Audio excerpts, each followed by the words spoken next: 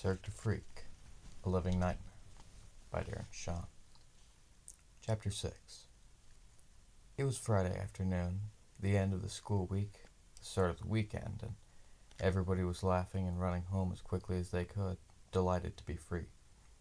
Except a certain miserable foursome who hung around the schoolyard looking like the world had ended. Their names? Steve Leonard, Tommy Jones, Alan Morris, and me, Darren Shaw. "It's not fair," Alan moaned. "Who ever heard of a circus only letting you buy 2 tickets? It's stupid." We all agreed with him, but there was nothing we could do about it but stand around kicking the ground with our feet and looking bummed out. Finally, Alan asked the question that was on everybody's mind. "So, who gets the tickets?" We looked at each other and shook our heads uncertainly. "Well, Steve has to get one," I said. "He put in more money than the rest of us, and he went to buy them, so he has to get one. Agreed?" "Agreed," Tommy said. "Agreed," Alan added. I think he would have argued about it, but he knew he wouldn't win.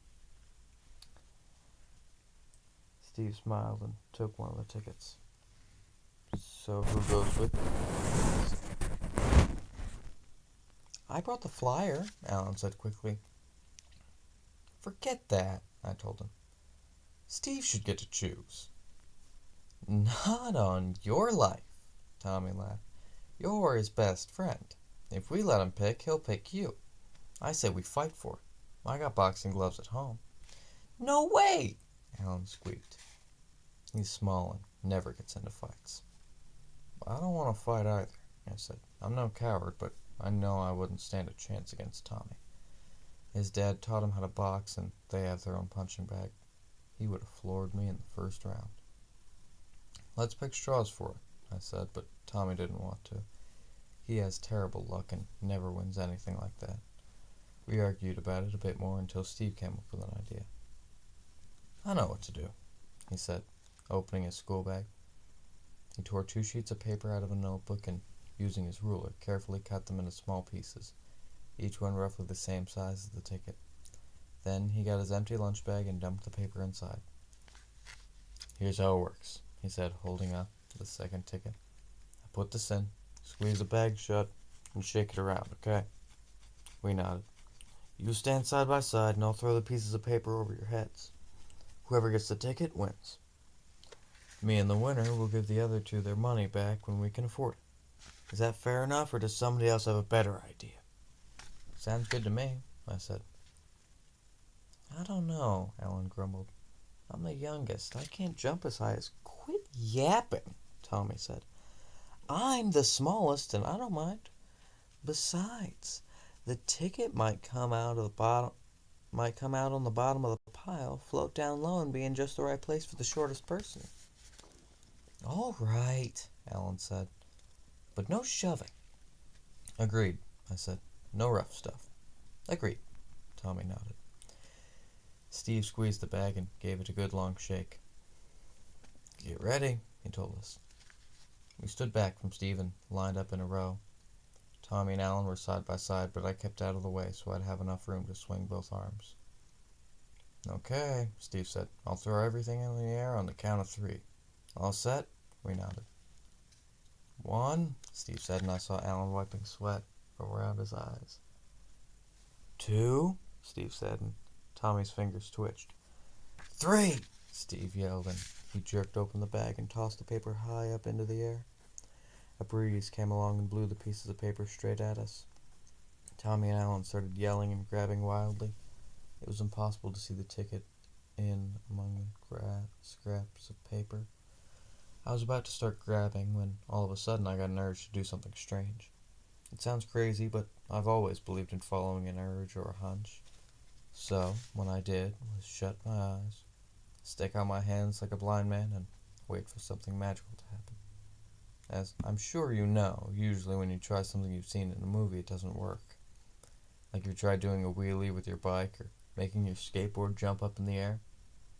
But every once in a while, when you least expect it, something clicks. For a second I felt paper blowing by my hands. I was going to grab at it, but something told me it wasn't time.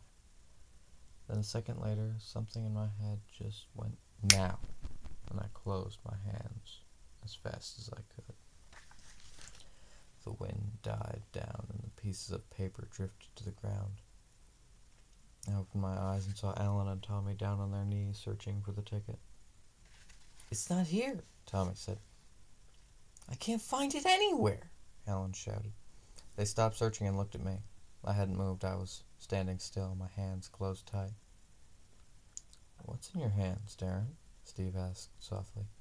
I stared at him, unable to answer. It was like I was in a dream where I couldn't move or speak. "He doesn't have it," Tommy said. He can't have. He had his eyes shut." "Maybe so," Steve said. "But there's something in those fists of his." "Open 'em," Alan said, giving me a shove. "Let's see what you're hiding."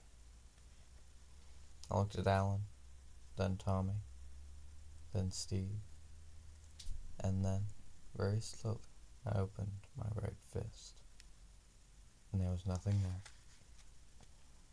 My heart and stomach dropped. Alan smiled, and Tommy started looking down at the ground again, trying to find the missing ticket. "What about the other hand?" Steve asked. I gazed down at my left fist. I'd almost forgotten about that one. Slowly, even slower than the first time, I opened it.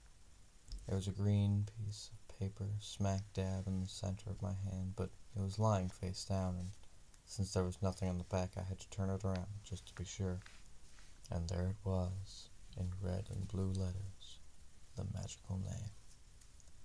Cirque du Freak. I had it. The ticket was mine. I was going to the freak show.